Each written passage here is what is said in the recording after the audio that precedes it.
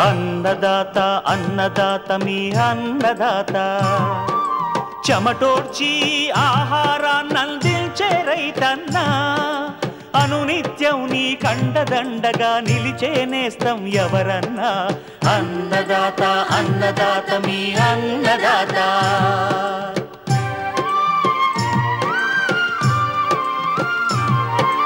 నూతన రీతుల సాగుబడికి నూరింతలు పెరిగే దిగుబడికి సూచనలిచ్చే సస్య రక్షణకు పశు పోషణకి శాస్త్ర విజ్ఞానం అందించి ముందుకు నడిపే తెలుగు రైతు భారతదేశానికి మకుటం అయ్యేలా తీర్చిదిద్దే ఆశయంతో మిమ్ము మేలు కొలిపేది అన్నదాత అన్నదాత అన్నదాత మీ అన్నదాత అన్నదాత అన్నదాత మీ అన్నదాత. అన్నదాత ప్రేక్షకులకు నమస్కారం. ఈనాటి ముఖ్యాంశాలు: సమగ్ర సస్యరక్షణలో ఎరల పాత్ర, కలపజాతి వృక్షం మలబారు వేప సాగుపై సూచనలు, అధిక వర్షాలకు దెబ్బతిన్న పంటల్లో జాగ్రత్తలు, ఇంకా జై కిసాన్ వ్యవసాయ సమాచారం.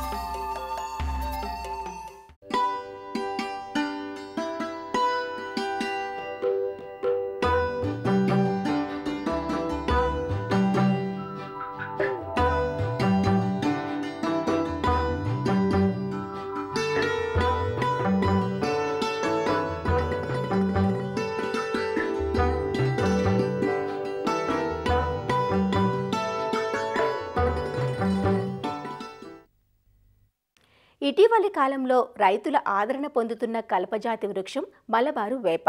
నానాటికి కల్ప ఉత్పత్తులకు పెరుగుతున్న డిమాండ్తో వీటి సాగు వాణిజ్య రూపును సంతరించుకుంటోంది. కొద్దిపాటి నీటి వస్తు ఉన్న భూముల్లో సైతం తక్కువ శ్రమ పెట్టుబడితో స్థిరమైన ఆదాయం వచ్చే వీలుండడంతో రైతులు దీని సాగుకు ఆసక్తి చూపిస్తున్నారు. మలబారు వేప నుంచి ఆదాయం రావాలంటే 6 నుంచి 7 సంవత్సరాలు ఆగాల్సి ఉంటుంది. ఈలోపు పెట్టుబడులు భారం కాకుండా మొక్కల మధ్య ఉన్న ఖాళీ స్థలంలో అంతర పంటల సాగు ద్వారా ఎంతో కొంత ఆదాయం పొందే అవకాశం ఉంటుంది. ఉభయ తెలుగు రాష్ట్రాల్లో ఇప్పటికే కొంతమంది రైతులు వీటి సాగును చేపట్టగా ఎంతోమంది బంజరు భూములు వృధాగా ఉన్న పొలాల్లో మలబారు వేపను సాగు చేసేందుకు ఉత్సాహం చూపుతున్న నేపథ్యంలో మలబారు వేప సాగు విశేషాలను ప్రొఫెసర్ జయశంకర్ తెలంగాణ రాష్ట్ర వ్యవసాయ విశ్వవిద్యాలయం రాజన్ నగర్లోని అటవీ వ్యవసాయ పరిశోధనా విభాగం ప్రధాన శాస్త్రవేత్త మరియు అధిపతి డాక్టర్ ఏవి రామాంజనేయుల నుంచి తెలుసుకుందాం. మలబారు నీమ్ ఈ చెట్లను మలబారు వేప, అదేవిధంగా గోరా వేప, మహావేప అని కూడా పిలుస్తారు. మలబారు వేప అనేది బహుళ ప్రయోజనకారి. సాగు చేయడం ప్రారంభించినప్పటి నుంచి 2-3 సంవత్సరాలకు గనక కోత కోస్తే అగ్గిపుల్లల తయారీలో వాడుకోవచ్చు. అదేవిధంగా 3 నుంచి 4 సంవత్సరాలు గనక కోత కోసినట్లయితే గుజ్జును తయారు చేసి కాగితం మరియు రేయన్ పరిశ్రమలో వాడుకోవచ్చు. 7 సంవత్సరాలు గనక కోత కోసినట్లయితే మనము ప్లైవుడ్ పరిశ్రమల్లో విరివిగా వాడుకోవచ్చు. మలబారు వేప ఆకులు అప్పుడప్పుడు రాలిపోతూ భూమి మీద పడతాయి కాబట్టి తద్వారా మనకు భూమి యొక్క సారం అనేది పెరుగుతుంది. ఈ మలబారు వేప చెట్లను మనము అన్ని రకాల నేలల్లో సాగు చేయవచ్చు. అయితే మురుగు నీరు నిల్వని నేలలు అయితే చాలా శ్రేష్టంగా ఉంటాయి. తేలికపాటి ఎర్ర నేలలు లేక లోమ్ నేలలు బాగా పనికొస్తాయి. ఉష్ణమండల ఉప ఉష్ణమండల ప్రాంతాల్లో ఇది బాగా పెరగడానికి ఆస్కారం ఉంది. ఈ యొక్క మలబారు వేపను ప్రత్యక్షంగా విత్తనం ద్వారా కూడా సాగు చేయవచ్చు, లేదా 1 లేక 1.5 అడుగు ఎత్తు ఉన్న మొక్కల నుంచి కూడా మనం సాగు చేసుకోవచ్చు. అయితే విత్తనం ద్వారా సాగు చేయాలంటే రైతులు కేవలం దీని యొక్క మొలక రావడానికే 90 రోజులు వేచి చూడాల్సి వస్తుంది. కాబట్టి ఇదంతా రైతులకు కొద్దిగా ఇబ్బందికరమైన విషయం. కాబట్టి 1 అడుగు నుంచి 1.5 అడుగు ఎత్తు ఉన్న మొక్కలను తీసుకొని వచ్చి మనము నాటుకుంటే మంచిది. అయితే నాటుకోవడానికి ముందుగా అంటే 2 వారాల ముందుగా మన పొలంలో గుంతలను తీసుకోవాలి. ఈ గుంతలను 1.5 అడుగు పొడవు 1.5 అడుగు వెడల్పు 1.5 అడుగు లోతు ఉండే విధంగా గుంతలను తయారు చేసుకోవాలి. 1 లేక 2 వారాల పాటు దాన్ని అదే విధంగా ఉంచిన తర్వాత మనము ఆ ప్రతి గుంతలో కూడా 5 కిలోల పశువుల ఎరువు, 5 కిలోల వర్మీ కంపోస్ట్ అంటే వానపాముల ఎరువు, అదేవిధంగా ఒక 200 గ్రామ్స్ అంటే 200 గ్రాముల వరకు ఫాలిడాల్ కానీ క్లోరోపైరిఫాస్ పొడి మందు కానీ మనం చల్లుకోవాలి. దాంతోపాటుగా కొన్ని రకాల పురుగుల సమస్య నుంచి అధిగమించాలంటే కొద్ది వరకు ఒక 100 గ్రాముల వరకు వేప పిండి కూడా వేసుకుంటే మంచిది. అయితే ఈ గుంతలను తీసేటప్పుడు పొలంలో వరుసల మధ్య 5 మీటర్లు లేక మొక్కల మధ్య కూడా 5 మీటర్లు ఉండే విధంగా చూసుకుంటే మంచిది. కానీ కొన్ని ప్రాంతాల్లో 3 మీటర్లు లేక 4 మీటర్ల నిడివిలో కూడా మలబారు వేపను మనం పెంచుకోవడానికి అవకాశం ఉంది. వరుసల మధ్య మరియు చెట్ల మధ్యలో 5 మీటర్ల కనుక దూరం ఉంచినట్లయితే కొన్ని రకాల అంతర పంటలు వేసుకోవడానికి కూడా అవకాశం ఉంటుంది.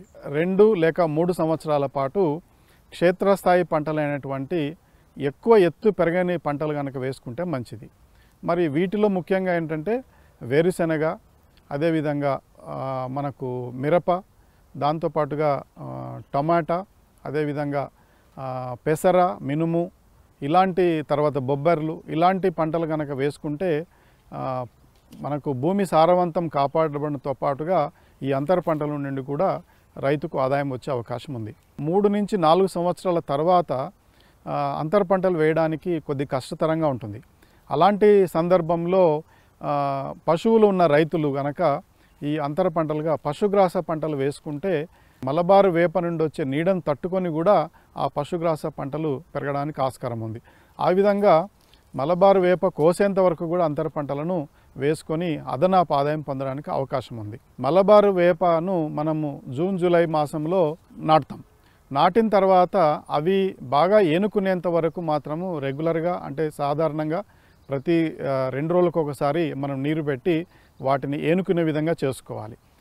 ఒక్కసారి ఏనుకున్న తర్వాత వర్షాధారంగా మనం ఈ పంటను సాగు చేసుకోవడానికి అవకాశం ఉంది. అయితే వర్షాధారంగా పండించినప్పుడు 20 నుంచి 30 రోజుల వరకు బెట్ట లాంటి పరిస్థితులు వచ్చినట్లయితే తప్పనిసరిగా 10 రోజులకు ఒకసారి మనము వీటికి నీరు ఇవ్వవలసి వస్తుంది. ఇకపోతే ఎరువుల యాజమాన్య విషయానికి వస్తే ప్రతి సంవత్సరము 2 లేక 3 సార్లు మనం ఎరువులను అందించాల్సి వస్తుంది. ప్రతి చెట్టుకు కూడా ఒక 5 కిలోల పశువుల ఎరువు కానివ్వండి, 5 కిలోల వానపాముల ఎరువుని ఇస్తే సరిపోతుంది. అదేవిధంగా మనకు రసాయనిక ఎరువుల విషయానికి వస్తే 100 గ్రాములు యూరియా, 100 గ్రాములు సింగిల్ సూపర్ ఫాస్ఫేటు, ఒక 30 నుంచి 40 గ్రాములు పొటాష్ లాంటి ఎరువులను మనం వీటికి ఇవ్వవలసి వస్తుంది. ఒకసారి జూన్ జూలై మాసంలో, అదేవిధంగా సెప్టెంబర్ అక్టోబర్ మాసంలో కూడా ఒకసారి ఇవ్వాల్సి వస్తుంది. తర్వాత వీటికి ఎటువంటి చీడపీడలు కూడా ఆశించడానికి ఆస్కారం లేదు. ఈ చెట్టు అనేది చూడండి దాదాపుగా 12 నుంచి 13 మీటర్ల ఎత్తు పెరిగింది. అయితే ప్రతి సంవత్సరం కూడా 1 లేక 2 సార్లు వీటికి వచ్చే మధ్య మధ్యలో వచ్చే శాఖలను మనము తీసివేయాల్సి వస్తుంది. ఎందుకంటే శాఖలను తీసేయకపోతే చెట్టు ఎక్కువ ఎత్తు పెరగదు. శాఖలను తీసేస్తే నిటారుగా ఎత్తుగా పెరుగుతుంది. అదేవిధంగా మనం అంతర పంటలు వేసుకున్నప్పుడు ఎక్కువ నీడ రాకుండా ఉంటుంది. తర్వాత ఈ యొక్క చెట్టు చుట్టుకొలత లేక కైవారం కనుక చూసుకున్నట్లయితే మార్కెట్లో మంచి ధర లభించాలంటే దాదాపుగా 90 నుంచి 100 సెంటీమీటర్లు చుట్టుకొలత ఉండాలి. అంటే మనం చెట్టు తీసివేసే టయానికి చెట్లు మనం ఎప్పుడు తీసేయచ్చు అనే విషయానికి వస్తే దాదాపుగా ప్లైవుడ్ పరిశ్రమకు కనుక ఈ చెట్టును పంపించాలి అనుకున్నప్పుడు దాదాపుగా 7 సంవత్సరాలు మనము సరాసరి వేచి చూడాల్సి వస్తుంది. ఒక చెట్టు గనక మనము తూకం వేసి చూసినట్లయితే ప్రతి చెట్టు కూడా 1/2 టన్ను ఉంటే మంచిది. వరుసల మధ్య మరియు మొక్కల మధ్య 5 మీటర్ల నిడివిలో గనక మనము దీన్ని నాటినట్లయితే దాదాపుగా 160 మొక్కలు ఎకరానికి వస్తాయి. 7 సంవత్సరాల చివరిలో ఒక్కొక్క చెట్టు 1/2 టన్ను మనకు తూకం వచ్చినా కూడా 160 మొక్కలు ఎకరానికి చూసుకున్నట్లయితే 80 టన్నుల టన్నేజ్ అనేది మనకు వస్తుంది. సో టన్ను అనేది దాదాపుగా 4,000 రూపాయలు మార్కెట్లో ధర పలుకుతుంది.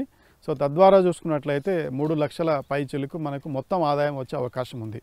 ఈ 7 సంవత్సరాల్లో సాగు ఖర్చు 1,00,000 రూపాయలు కనుక తీసేసినట్లయితే 2 లక్షల పైబడి నికర ఆదాయం వచ్చే అవకాశం ఉంది. తద్వారా చూసుకున్నట్లయితే 25,000 నుండి 30,000 రూపాయలు ఈ ఈ చెట్టు నుంచి ప్రతి సంవత్సరం ఆదాయం వచ్చినట్టుగా మనం లెక్కలు చెప్పవచ్చు.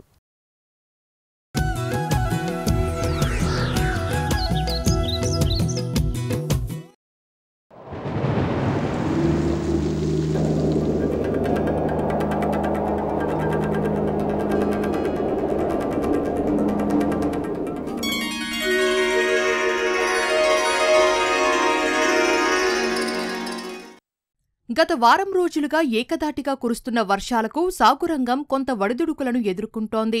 కొన్ని ప్రాంతాల్లో పంట పొలాల్లో నీరు నిలిచిపోవటంతో మొక్కల పెరుగుదల దెబ్బతింటోంది. పండ్ల మొక్కల్లో సైతం తెగుళ్లు వ్యాప్తి చెందుతున్నాయి. వీటిని సకాలంలో గుర్తించి రైతులు నివారణా చర్యలు చేపట్టాలంటూ సస్యరక్షణ పద్ధతులను తెలియజేస్తున్నారు సంగారెడ్డి ఫల పరిశోధన స్థానం శాస్త్రవేత్త డాక్టర్ కె మౌనిక. మామిడి మన ఫలరాజు. దీనిలో మనం ముఖ్యంగా చూసుకున్నట్టయితే ఈ వర్షాలు పడే తరుణంలో మనకి లేత ఆకుల మీద మనకి పక్షికన్ను తెగులు చిహ్నాలు వచ్చే అవకాశం ఉందండి. ఏవైతే లేత తోటలు ఉన్నాయో వాటిలో మనకు ఆకుల మీద, లేత ఆకుల మీద మనకి పక్షికన్ను ఆకారంలో ఉండే మచ్చలు ఏర్పడే అవకాశం ఉన్నది. ఇవి గనక మనం గమనించినట్లయితే కార్బెండిజం అనే ద్రవణాన్ని 1 గ్రాము లీటర్ నీటికి చొప్పున కలిపి పిచికారీ చేసుకోవచ్చు. అలాగే కాపర్ ఆక్సిక్లోరైడ్ అనే ద్రవణాన్ని 3 గ్రాముల లీటర్ నీటికి చొప్పున కలిపి పిచికారీ చేసుకోవచ్చండి. ఇదే విధంగా వర్షపాతం మనకి అధికంగా ఉన్నప్పుడు మామిడి ముఖ్యంగా బ్యాక్టీరియల్ నల్ల మచ్చ అనేది కూడా మనం గమనించడం జరుగుతుందండి. అదే మన ముదురు ఆకుల మీద నల్లటి మచ్చల్లాగా ఏర్పడుతుందండి.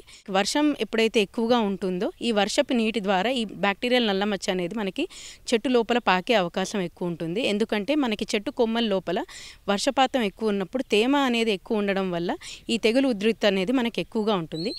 కాపర్ ఆక్సిక్లోరైడ్ అనే ద్రవణాన్ని 3 గ్రాములు 1 లీటర్ నీటికి చొప్పున, దీనితో పాటు స్ట్రెప్టోసైక్లిన్ సల్ఫేట్ అనే ద్రవణాన్ని 1/2 గ్రాము లీటర్ నీటికి చొప్పున కలిపి అవసరాన్ని బట్టి ఒక 10 నుంచి 15 రోజుల వ్యవధిలో 1 నుంచి 2 పిచికారీలు చేసుకుంటే బ్యాక్టీరియల్ నల్ల మచ్చ అనే దాన్ని మనం సమర్థవంతంగా నివారించుకోవచ్చండి. ఈ మధ్య కాలంలో తెలంగాణలో చూసుకున్నట్టయితే మామిడిలో అధికంగా ఎండ, అదేవిధంగా వర్షం అనేది కూడా మనకి 2 కలిసి వస్తున్న తరుణంలో ఏంటంటే చెట్టు కొమ్మల నుంచి, పాంగాల నుంచి మనకి బంక కారడం అనేది మనం గమనించవచ్చండి. ఒకవేళ ఇది గనక గమనిస్తే ఆ ప్రదేశాలని మనం కొమ్మలని చెక్కుని బోడో మిశ్రమాన్ని పేస్ట్ కింద పూసుకోవడం కానీ లేదా కాపర్ ఆక్సిక్లోరైడ్ని పూత కింద పూసుకోవడం వల్ల తగ్గించుకోవచ్చు. అదేవిధంగా మనకి చెట్టు పాంగాల నుంచి కానీ కొమ్మల నుంచి ఈ బంక కారడం అనేది మనం గమనిస్తే గనక కార్బెండిజం ఇంకా మ్యాంకోజబ్ కలిపిన ద్రవణం, ఈ ద్రవణాన్ని మనం 2 గ్రాముల లీటర్ నీటికి చొప్పున కలిపి పిచికారీ చేసుకుంటే గనక సమర్థవంతంగా నివారించుకోవచ్చు. అదేవిధంగా వర్షాలు తగ్గిన తర్వాత ఎరువులు వేసుకునేటప్పుడు పశువుల ఎరువుతో పాటు మనము ట్రైకోడర్మా విరిడే అనే జీవ శిలీంధ్రాన్ని కలిపి గనక మనము వేసుకున్నట్టయితే మన భూమిలో అనే పోషకాలు కూడా పెరుగుతాయి. అదేవిధంగా మన తెగుళ్ళ ఉధృతిని కూడా మనం చాలా సమర్థవంతంగా నివారించుకోవచ్చండి. జామలో ఇప్పుడు మనకి పూత దశలో ఉంటుంది. చలికాలంలో మనం పంట అనేది తీసుకోవడం జరుగుతుంది కనుక మన తెలంగాణ ప్రాంతాలలో ఈ మధ్య గమనించినట్లయితే గజ్జి తెగులండి. ముందుగా చిహ్నాలు ఏమీ కనిపించవు, కానీ ఎప్పుడైతే పళ్ళు కోతకొస్తాయో ఆ సమయంలో మనం చూసినట్టయితే కాయ మీద మనకి గజ్జి మచ్చలు అనేవి ఏర్పడి మనకి మార్కెట్లో రైతులకి రేట్ అనేది తగ్గిపోతుండండి. దీనికి మనం ఏంటంటే సమర్థవంతంగా ముందస్తుగానే జాగ్రత్తతో చర్యలు తీసుకోవాలండి. ఇప్పుడు పూత దశ తర్వాత ఎప్పుడైతే పిందెలు కట్టడం మొదలు పెడతాయో నిమ్మకాయ సైజ్ అంత కాయ పట్టిన పరిమాణం వచ్చినప్పటి నుంచి లాంబ్డా సైహోలెత్రిన్ అనే పురుగు మందు 0.6 ml లీటర్ నీటికి, దాంతోపాటు కార్బెండిజం మ్యాంకోజబ్ కలిపిన ద్రవణం 2 గ్రాములు లీటర్ నీటికి కలుపుకొని మన అవసరాన్ని బట్టి మనము ఏంటంటే 2 నుంచి 3 పిచికారీలు 15 నుంచి 20 రోజుల వ్యవధిలో చేసుకున్నట్టయితే గజ్జి మచ్చలు అనేవి తగ్గే అవకాశం ఉంటుంది. అదేవిధంగా వర్షం ఎక్కువగా పడి తగ్గిన ప్రాంతాల్లో ఏంటంటే అన్ని పండ్ల తోటల్లోనూ కూడా ఈ బ్యాక్టీరియల్ తెగులు అనేది ఎక్కువగా అధికంగా మల్టిప్లై అవుతూ ఉంటుంది. కాబట్టి ఎక్కడైనా మనకు బ్యాక్టీరియల్ మచ్చలు కనుక గమనించినట్లయితే మచ్చలు ఉన్న కాయలు కానీ కొమ్మలు కానీ వాటిని తొలగించుకుంటే చాలా మంచిది. పొలం నుంచి దూరంగా వేసి తగలబెట్టేసుకోవాలండి. మీరు కొమ్మ కత్తిరింపులు అనేవి ఎప్పుడైనా చేపట్టినప్పుడు కంపల్సరీగా వర్షాకాలంలో ఏంటంటే నీళ్ళు అనేవి మన కొమ్మల్లోకి చేరినట్టయితే మనకి చీడపీడలు అనేవి ఎక్కువ అవుతాయి. కాబట్టి కంపల్సరీగా మనం కత్తిరింపు చేసుకున్నప్పుడు స్లాంట్గా కట్ అనేది చేసుకోవాలండి. అదేవిధంగా మీరు ఎప్పుడైనా కొమ్మ కత్తిరింపులు చేసుకున్నప్పుడు ఆ కట్ చేసిన ఎండ్స్కి కంపల్సరీగా కాపర్ ఆక్సిక్లోరైడ్ ద్రవణాన్ని కానీ లేకపోతే బోడో మిశ్రమాన్ని కానీ కంపల్సరీగా పూయాలండి. ఈ విధంగా చేసుకున్నట్టయితే ఏంటంటే మనకి తెగులు ఉధృతి అనేది చాలా తగ్గుతుంది.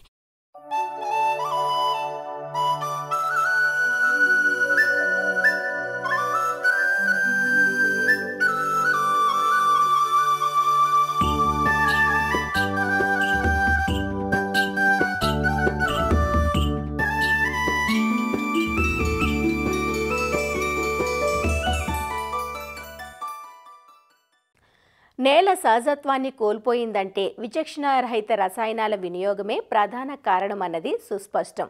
పురుగు ఆశించిన ప్రతిసారి మందులు కొట్టుకుంటూ పోతే సాగు వ్యయంతో పాటు ప్రకృతి సమతుల్యత దెబ్బతింటోంది. పర్యావరణ కాలుష్యమే కాక పంటలకు మేలు చేసే మిత్రపురుగులు నశించిపోతున్నాయి.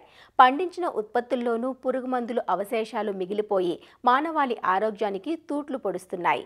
ఇలాంటి సమయంలో సమగ్ర విధానాలపై రైతులు దృష్టి సారిస్తే సాగు ఖర్చులు చాలా వరకు తగ్గించుకోవచ్చు. ఆరోగ్యకరమైన పంటలను పొందవచ్చు. అలానే నేల సారాన్ని, పర్యావరణాన్ని పరిరక్షించుకోవచ్చు. అందుకు ఉపకరించేవి సమగ్ర సస్యరక్షణ పద్ధతులు. సమగ్ర సస్యరక్షణలో ఎరల పాత్ర ప్రముఖమైనది. వివిధ పంటలను ఆశించే పురుగులకు ఎలాంటి ఎరలను వాడుకోవచ్చో ఇప్పుడు చూద్దాం. సాగు చక్రంలో రైతుకు ఏదో ఒక సమస్య ఎదురవుతూనే ఉంటుంది. ఒకసారి ప్రకృతి నిరాకరిస్తే మరొకసారి తెగుళ్లు ఎదురుదాడి చేస్తాయి. ప్రకృతిని ఆపలేకపోయినా పంటలను ఆశించే చీడపీడలను నివారించటం మన చేతుల్లోనే ఉంది. అలా పురుగులకు ఎరవేయటం కోసం రైతుకు మిక్కిలి అక్కరకు వచ్చేవి జిగురు అట్టలు, లింగాకర్షక బుట్టలు, కీటకాలను ఆకర్షించే ఎర పంటలు. పంట చేలను పురుగులు తినేశాక మందులు వాడటం కన్నా పురుగు పుట్టకముందే నిరోధక చర్యలు చేపట్టడం ఎంతో మేలు చేస్తుంది కదా. ముందుగా లింగాకర్షక బుట్టలు ఎలా పనిచేస్తాయో చూద్దాం. లింగాకర్షక బుట్టలు కీటక నియంత్రణలో కీలక పాత్ర పోషిస్తాయి. వీటిని ఫెరమోన్ ట్రాప్స్ అంటారు. వీటితో ముఖ్యంగా మగ పురుగులను ఆకర్షించటం ద్వారా సంతతి వృద్ధిని అరికట్టవచ్చు. ఈ బుట్టలను ప్రధానంగా శనగపచ్చ పురుగు, పొగాకు లద్దె పురుగు, ఆకుముడత పురుగులు, ఆకుతినే పురుగులు, కత్తెర పురుగులు, కాయతొలుచు పురుగులకు సమర్థవంతంగా ఉపయోగించవచ్చు. పురుగు 3-4 దశలకు చేరిందంటే నివారణ సఖ్యం కాదు. కాబట్టి ప్రాథమిక దశలోనే లింగాకర్షక బుట్టలు ఏర్పాటు చేస్తే పంట నష్టాన్ని నివారించటమే కాక ఖర్చును తగ్గించుకోవచ్చు. పంట కన్నా 1 అడుగు ఎత్తులో లింగాకర్షక బుట్టలను అమర్చుకోవాలి. ఎకరాకు 5 నుంచి 8 లింగాకర్షక బుట్టలు అవసరమవుతాయి. ఒకసారి పురుగు బుట్టలోకి చేరిందంటే అది చనిపోయిందన్నమాటే.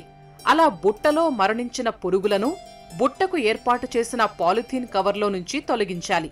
అయితే లింగాకర్షక బుట్టలు వినియోగిస్తున్న క్రమంలో కొన్ని రోజుల తరువాత ల్యూర్ ప్రభావం మందగించి పురుగులను ఆకర్షించే సామర్థ్యం తగ్గుతుంది.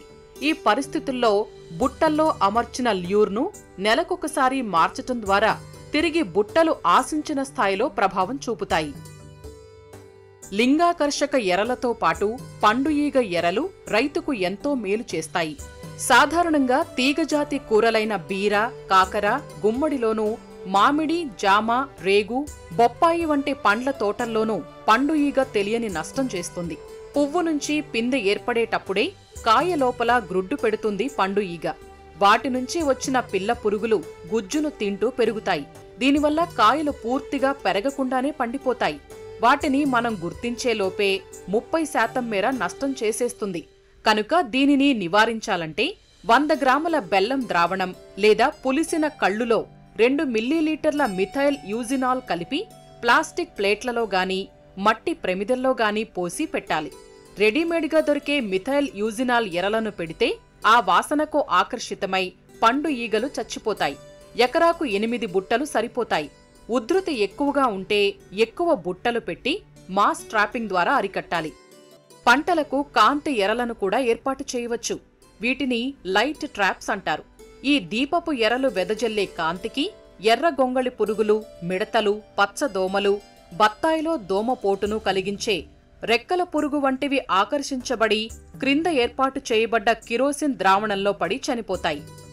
బాగా బలిసిన పొగాకు లద్దె పురుగు, ఎర్ర గొంగళి పురుగుల అదుపుకు విషపు ఎరలను వాడవచ్చు. 1 ఎకరానికి 5 కిలోల తవుడుకు, 1/2 కిలో బెల్లం, 1/2 లీటరు పురుగుమందు, తగినంత నీరు కలిపి చిన్న చిన్న ఉండలుగా తయారు చేసి సాయంత్రం వేళల్లో పొలంలో చల్లటం వల్ల మట్టి పెళ్లల నుంచి బయటకు వచ్చే పురుగులు బెల్లం వాసనకు ఆకర్షితమై వీటిని తిని చనిపోతాయి. పంటలకు మరొక బెడద రసం పీల్చు పురుగులు. ప్రధానంగా తెల్లదోమ, పచ్చదోమ మరియు తామర పురుగులు మెట్ట, ఉద్యాన పైర్లలో పల్లాకు, ఆకుముడత వంటి తెగుళ్లను, ప్రమాదకరమైన వైరస్ తెగుళ్లను వ్యాపింపజేస్తాయి. వీటిని క్రిమిసంహారక మందులతో నివారించటం కష్టం. అందువల్ల వీటి కోసం జిగురు పూసిన పసుపు, నీలం అట్టలను ఏర్పాటు చేస్తే గాలిలోని పురుగులు అట్టలకు అంటుకొని చనిపోతాయి. దాదాపు 50% పురుగు నష్టాన్ని ఈ అట్టలు నివారిస్తాయి. తెల్లదోమ పసుపు రంగుకు ఆకర్షితమవుతుంది. అలాగే తామర పురుగులు నీలం రంగుకు ఆకర్షితమవుతాయి. ఎకరాకు 20 అట్టలు సరిపోతాయి. కూరగాయలు, మిరప, పుచ్చ, పాలీహౌజ్లో పెంచే పంటల్లో వీటిని ఎక్కువగా వాడుతున్నారు. ఈ మధ్య పొడచూపిన నల్ల తామర పురుగులు కూడా నీలం, తెలుపు రంగు జిగురు అట్టలకు ఆకర్షితమవుతాయి. మిరప, మామిడి తోటల్లో ఈ అట్టలను అమర్చుకోవాలి. ఉధృతి ఎక్కువగా ఉంటే అట్టల సంఖ్యను పెంచుకోవాలి. బాహ్యమైన ఎరలే కాక మొక్కలనే ఎర పంటలుగా వాడుకోవచ్చు. సాధారణంగా మినుము, పెసర, మిరప, వేరుశనగ వంటి పంటలను ఆశించే పొగాకు లద్దె పురుగు నివారణకు ఆముదాన్ని ఎర పంటగా వేస్తే పురుగులు ఆముదానికి ఆకర్షింపబడి వాటిపై గ్రుడ్లు పెడతాయి. అలానే టమోటా, మిరప, ప్రొద్దుతిరుగుడు వంటి పంటల్లో శనగపచ్చ పురుగు నివారణకు పంట చేలో బంతిని ఎరపంటగా వేస్తే పసుపు రంగుకు శనగపచ్చ పురుగు ఆకర్షింపబడి పూలపై గ్రుడ్లు పెడుతుంది. పూలను కోసేయటం ద్వారా పురుగు తాలూకా గ్రుడ్లు, పిల్ల పురుగులను నాశనం చేయవచ్చు. క్యాబేజీ, కాలీఫ్లవర్ పంటల్లో క్యాబేజీ రెక్కల పురుగు నియంత్రణకు ప్రతి 5 వరుసలకు 2 వరుసలు ఆవాల పంటను ఎరపంటగా పెంచి పురుగులను అదుపులో ఉంచవచ్చు. శనగలో ప్రతి 16 సాళ్లకు 4 వరుసలు ధనియాలు విత్తుకుంటే పురుగుల బెడద తగ్గుతుంది. మిరపను ఆశించే రసం పీల్చు పురుగులు, వేరుశనగలో తామర పురుగుల నివారణకు చేను చుట్టూ 3 నుంచి 4 వరుసల్లో మొక్కజొన్న, జొన్న పంటలను సరిహద్దు పంటగా వేస్తే ప్రక్క చేల నుంచి వచ్చే పురుగుల వలసలను అడ్డుకుంటాయి. అదండి, పంటలను, ప్రకృతిని సంరక్షించుకునే ఇలాంటి సురక్షితమైన ఎర పద్ధతులను మీరు ఆచరిస్తారు కదూ?